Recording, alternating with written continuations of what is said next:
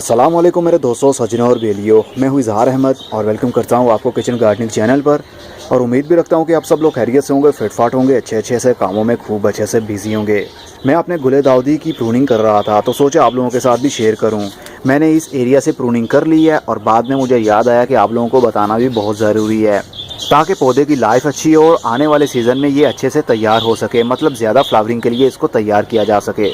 गुले दाऊदी हो या गुलाब का पौधा हो या कोई भी पौधा हो जिसको बहुत सारे फूल लग जाते हैं और उसके बाद में वो मुरझाना शुरू हो जाते हैं, लेकिन हम लोग उसको पिंच नहीं करते, मतलब काटते नहीं हैं। तो जब कोई भी पौधा फूलों के बाद आकर मुरझाने लगते हैं फूल उसके, तो पौधा समझता है मेरी लाइफ पूरी हो रही है और वो मुरझाना शुरू हो जाता है, लेकिन आपने उसको मुरझाने देना ही नहीं। इसलिए जब भी फूल खिल जाएं और उसका कलर चेंज होने लगे, मतलब उसकी पत्तियां झड़ने लगें, तो आपका काम है इसको ऊपर से प्रून कर देना। 1 से 2 इंच या 2.5 इंच इसकी ऊपर वाली ब्रांच आप काट सकते हैं। फॉर एग्जांपल, जैसे इस फूल को मैं तोड़ना चाहता हूँ, मतलब इसको काटना चाहता हूँ, तो मैं इस एरिया तक काटूंगा। मतलब 1 से 2 पत्ते साथ में आने चाहिए। उसकी रीज़न ये है कि जब पत्ते साथ में आ जाएंगे तो ये ब्रांच जो हमारे पास बच गई, यहाँ से फ्यूचर में 2 शूट्स भी निकल सकती हैं और पौधे की हेल्थ अच्छी हो सकती है, ब्रांच मोटी हो सकती है। इसलिए हमें पूरा पौधा इसी तरह प्रून करना पड़ता है।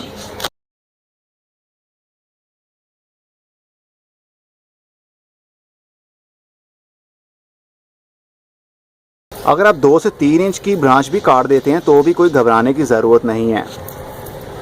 सिर्फ ये देखिए कि उस ब्रांच को बर्ड ना लगाओ। अगर उसको कली लगी हुई तो फिर आप उस कली को मत काटिए। जिस तरह के ये आपको दिख रही है, ये वाली कली, इस ब्रांच को हम नहीं काटेंगे क्योंकि ये कुछ दिनों में खिलने वाला है। इसलिए जो फूल खिल चुके हैं सिर्फ उसकी ही 2 से 3 इंच की ब्रांच काटनी है। अब जैसे कि ये है, ये फूल खिला हुआ है, अगर हम चाहें तो इसको काट सकते हैं, अगर चाहें तो ना भी काटें। और साथ में एक और ब्रांच है जिसके ऊपर एक कली लगी हुई है जो फ्यूचर में 2 से 3 दिन में खिलने वाली है। इसलिए हम इसको यहाँ से नहीं काटेंगे बल्कि यहाँ से काटेंगे।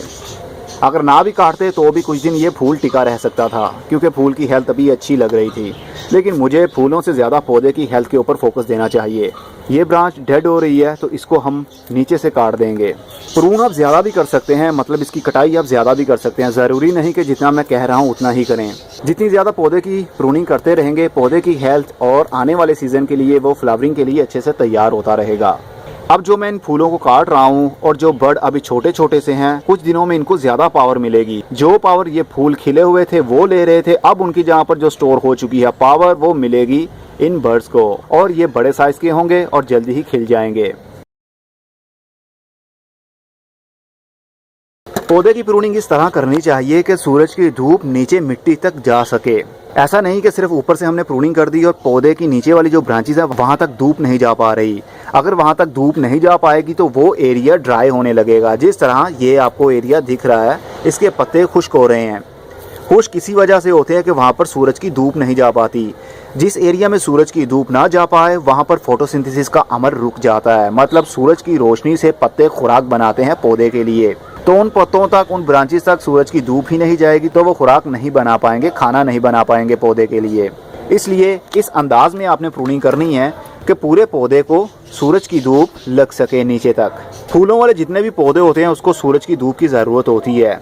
तो मैंने अपने पौधे की अच्छे तरीके से प्रूनिंग कर दी है और नीचे से ये देखिए यंगर शूट्स, नए पौधे भी निकल रहे हैं। फ्यूचर में हम इनको सेपरेट भी कर सकते हैं। सेपरेट किस तरह करना है इसके ऊपर मेरी वीडियो पहले से ही मौजूद है। और अब जो हमारे पास फूल बच चुके हैं जिसको हमने प्रून किया है, इसको फेंकने की ज़रूरत नहीं है। इसको आप अपनी कॉम्पोस्ट बीन में भी डाल सकते हैं, मतलब जिसके अंदर आप कंपोस्ट बना रहे हैं उसके अंदर भी डाल सकते हैं, नहीं तो आप मिट्टी के अंदर भी इनको दबा सकते हैं।